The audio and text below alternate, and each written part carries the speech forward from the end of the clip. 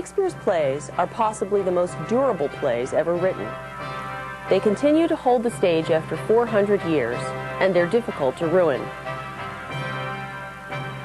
Hello, I'm Professor Melissa Aaron from California State Polytechnic University at Pomona, and I'd like to talk to you today about Shakespearean staging. We're used to thinking of the plays as art, and they are, but they were also commercial products produced for the early modern entertainment industry by shrewd businessmen, Shakespeare among them. In order to understand the plays, it helps to know the sort of theater they were first performed in, and you can learn that elsewhere on this website. But it also helps to know how and under what conditions they were produced. In order to do that, we need to know that they were first and foremost commercially successful popular entertainment. London was a good market for popular entertainment because it was growing so rapidly in relation to the population of the rest of the country. By 1600, the population of London was probably about 200,000 people.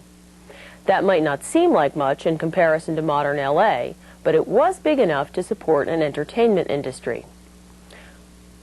What was more, people had to come up to London on a regular basis to buy and sell and go through many legal transactions. So there were many people who didn't live in London who might decide to go to a play. There still are today. The theater companies were part of a larger trend toward capital and investment. The concepts of banks and venture capital were fairly new. The company to which Shakespeare belonged, first called the Chamberlains and then the King's Men, was a joint stock corporation in which the active partners owned shares in the company, in the theater building, or both. Theater companies, Shakespeare's included, were made up of a core of 8 to 10 sharers. These were the actors who played the major roles. Their other duties might vary. Shakespeare, for example, was probably responsible for writing about 2 plays a year. They also owned jointly the equipment and material used for putting on plays, the play scripts, the costumes, and the props. They paid for all the costs of production, including wages for the other actors and hired men, candles, new costumes, and new scripts. Some of the sharers, Shakespeare included, also owned shares in the theater building. These joint owners were called housekeepers. They were responsible for the building maintenance and for the rent on the land on which the theater stood. When the audience came to the Globe, some of them stood in the yard, which cost a penny, while others moved up to the galleries, a more expensive place in the theater.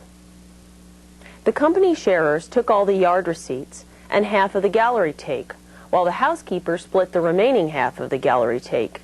Since Shakespeare and some of the other actors in the company belonged to both groups, they managed to do very well. Here are a few famous ones. Richard Burbage, the first Hamlet, the first Othello, the first actor to play so many important roles that when he died, a bereaved theater fan suggested that the Melancholy Dane and the Moor of Venice had died too. William Kemp, famous for comic roles and for his jigs. He was probably Bottom in Midsummer Night's Dream and the hilarious Fat Knight, Falstaff. Robert Armin, a more sophisticated comic than Kemp, he had a sweet singing voice and acted the wise fools who turn up in later Shakespeare plays like Twelfth Night and King Lear. In case you're thinking, I wish I'd been an actor back then, I have to tell you that only the top names who had stock in the companies made a lot of money. The rest of the roles were taken by hired men eking out a living at $1 a week. Some things never change, do they?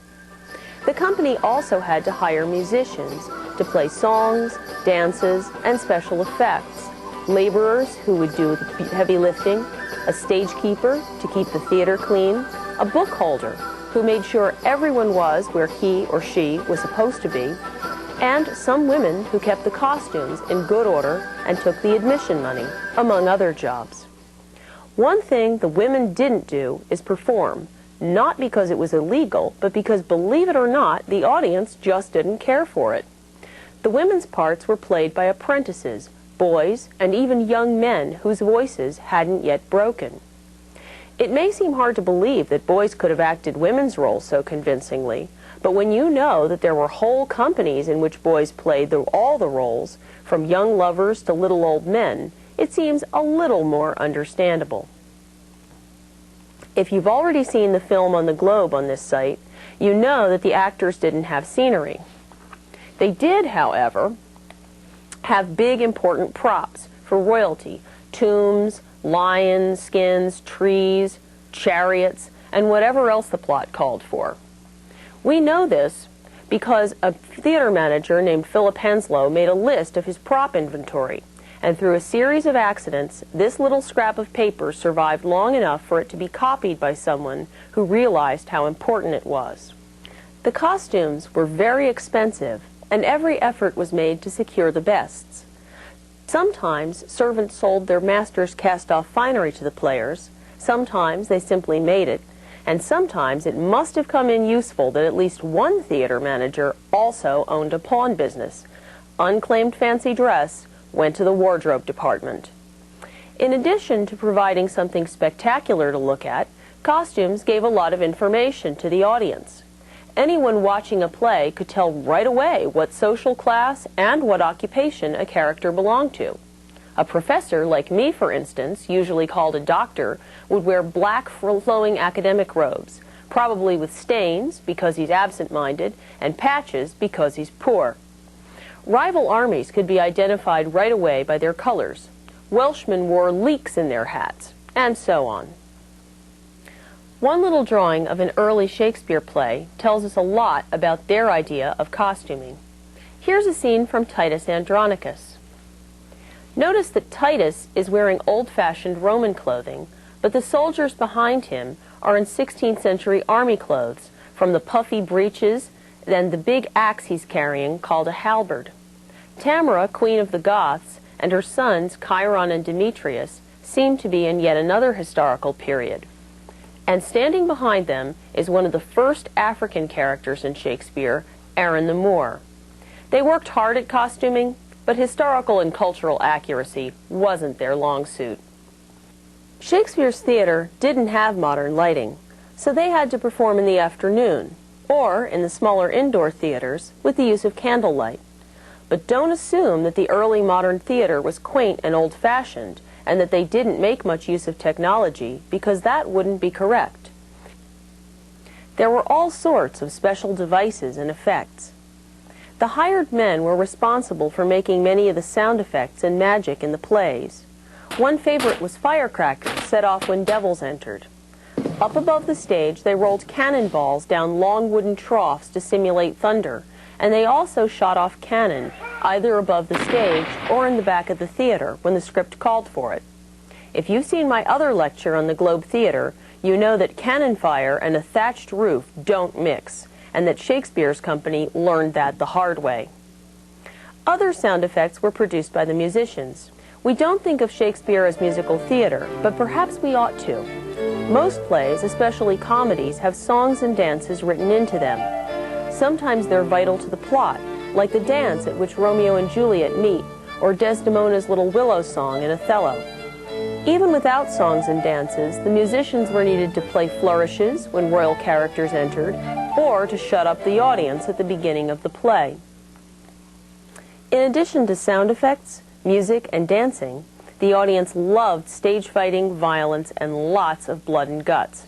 Sometimes they used red wine vinegar in a sponge or a bag for squirting blood, but sometimes they might use some sheep's innards if it had to look especially realistic. This is a woodcut showing a trick called the decollation of John the Baptist, and you can see that the guy here has got his head apparently in a charger. It is fake, but it looks real. Because the Globe was an outdoor theater with no artificial lighting, plays were performed in the afternoon from about 2 o'clock to 5 or 6 in the evening. The actors weren't supposed to perform during Lent or on Sundays for religious reasons, but this rule was broken or bent a lot of the time. Putting all of what we've learned together, I'd like you to imagine that we could enter a time machine and go back to see a play at the Globe. Let's imagine that we set the time machine to drop us off in the Blackfriars district of London. In order to get to the Globe, we'll have to head down to the docks and hail a boat to take us across the Thames with the cry, "Eastward ho!" Once we're there, we'll have to make a decision. Will we pay extra to sit up in the galleries? Or will we pay only a penny and stand in the yard? That's going to depend on who we are and how much money we've got. Down in the yard, we'll be shoved up against sweaty laborers and apprentices. They weren't called penny stinkards for nothing. The ladies would have to sit up in the galleries, but the prostitutes and the pickpockets would have been working the crowd just about anywhere.